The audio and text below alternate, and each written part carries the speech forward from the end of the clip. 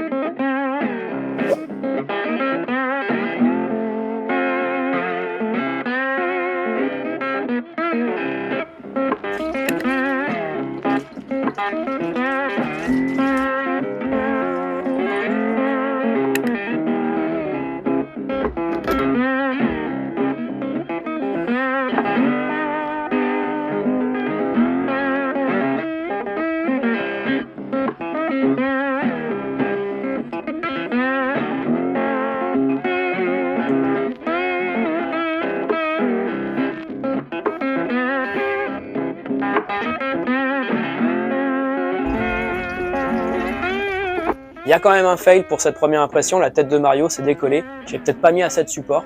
Bon, comme tu peux le voir, Mario a complètement la gueule de biais.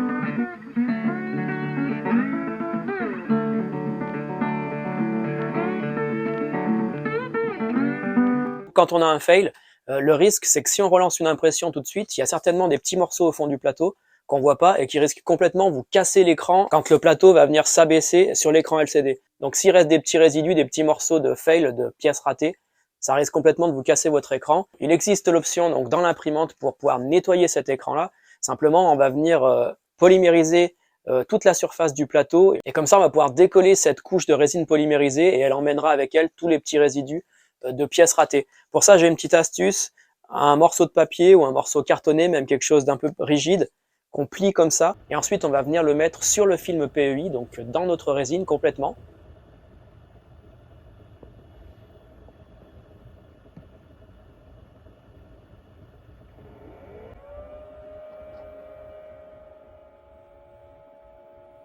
Eh bien normalement, quand votre couche de résine aura polymérisé au fond du bac, vous pourrez revenir le décoller plus facilement grâce à ce petit bout de papier. Et là, on peut voir que le petit bout de pièce qui avait loupé sur l'impression d'avant est bien collé sur notre résine polymérisée. Donc là, il n'y aura pas de souci, notre plateau est nickel, il est propre pour une prochaine impression.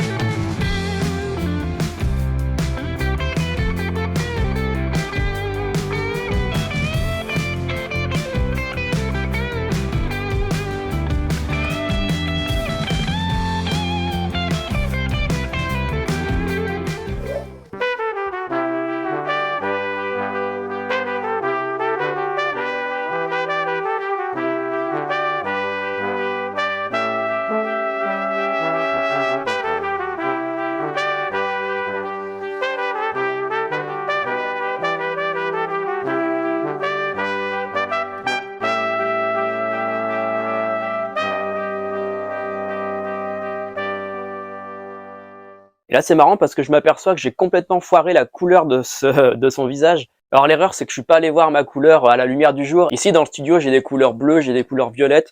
Donc c'est vrai que c'est plutôt trompeur. Alors le problème, c'est que quand je suis sous cette lumière-là, eh bien très franchement, la couleur du visage est plutôt réussie. Alors que dès que je suis face caméra devant mes deux lightbox, je me rends compte qu'effectivement, on va dire que c'est Mario qui a fait une bonne séance d'UV, quoi.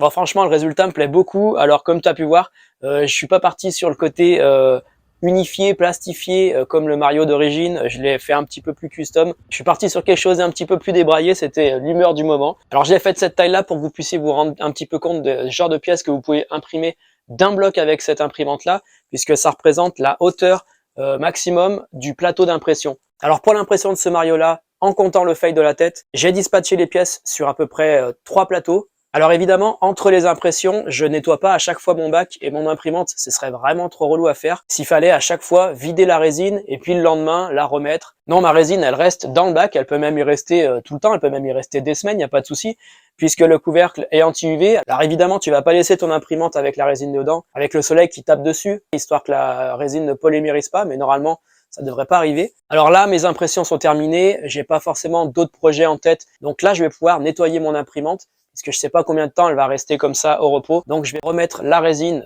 dans la bouteille en utilisant les petits filtres papier, bien nettoyer mon film PEI avec un petit peu d'alcool, et là elle sera prête pour une prochaine utilisation. On va également pouvoir connecter son imprimante en Wi-Fi, donc sur son réseau local. Ça c'est vraiment très cool, puisqu'on va pas forcément avoir besoin d'à chaque fois brancher sa clé USB directement dans la machine. Simplement de son ordinateur en Wi-Fi, on pourra envoyer le fichier sur l'imprimante. Quand on sélectionne un fichier imprimé sur l'imprimante enregistre ce fichier-là dans la mémoire interne de l'imprimante. Donc même si on retire la clé par mégarde ou si on a une coupure Wi-Fi par exemple, l'imprimante travaille elle en autonomie puisqu'elle a enregistré le fichier dans sa mémoire interne. Bon, ensuite je vais aller faire un petit tour du côté du cloud de chez Creality. J'ai vu qu'il y a pas mal de pièces à imprimer, j'ai repéré un petit link de Zelda qui me fait de l'œil, donc je vais essayer d'imprimer ça.